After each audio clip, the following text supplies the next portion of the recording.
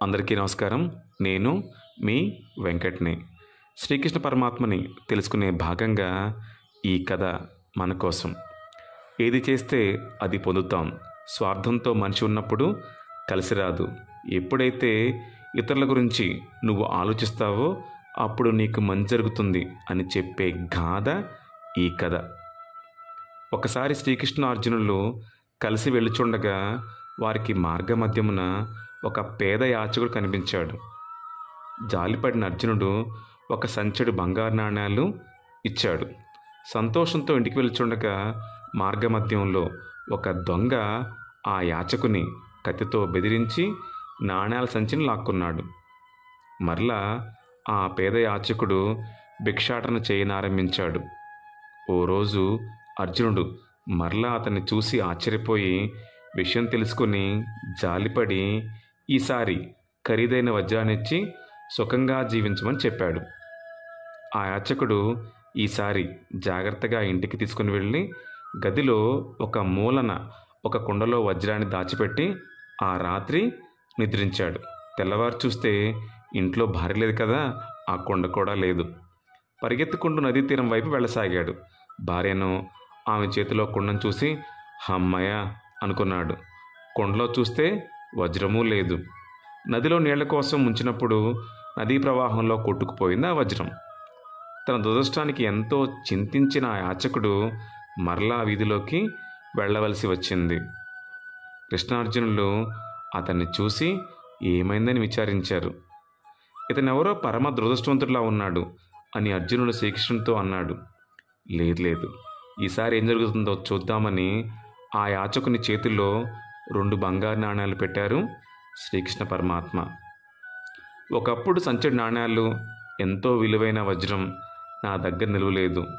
ఈ 2 నాణేలు నా తలరాతను మారుస్తాయా, నా పిచ్చి అనుకుంటూ ఆ యాచకుడు ఇంటికి వెళ్చున్నాడు. దారిలో ఒక జాలరి వలకు చిక్కి విలవిల్లాడుతున్న చేపను చూశాడు. అతని హృదయం ద్రవించింది.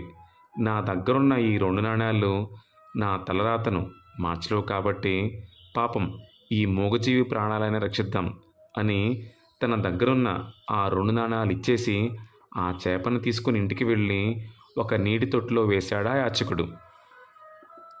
కొద్దిసేపటికి అతని భార్య ఆ చేపను చూసి, అయ్యో, దీని నోట్లో ఏదో ఇరుక్కుంది, అందుకే ఇది గిలగిలా కొట్టుకుంటున్నది అని భర్తకు చెప్పింది.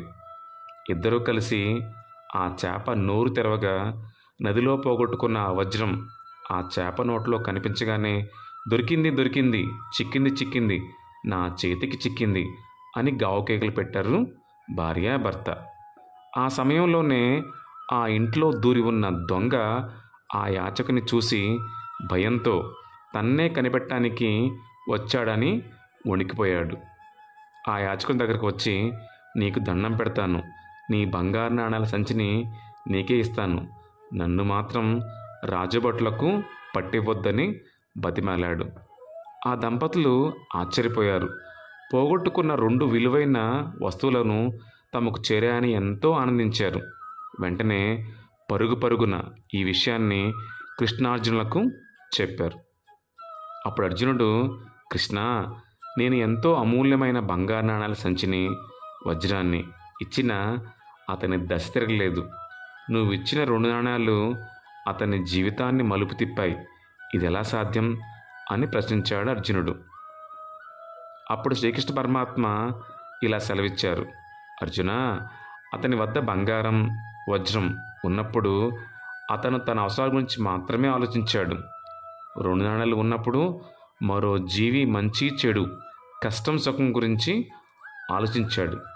నిజానికి అది భగవంతుని పని. అతను దేవుణ్ణి పనిని పంచుకున్నాడు కాబట్టి అతని కష్టాలన్నింటినీ నేను పంచుకున్నాను అని సెలవిచ్చారు శ్రీకృష్ణ పరమాత్మ. ఎప్పుడైతే మనం ఇతరుల గురించి ఆలోచించడం మొదలు పెడతామో అప్పుడు మనకి మంచి జరుగుతుంది అని చెప్పే గాథ ఈ కథ. అందరికీ శ్రీకృష్ణ పరమాత్మ ఆదర్శప్రాయుడు. హరే కృష్ణ, కృష్ణ కృష్ణ, హరే హరే.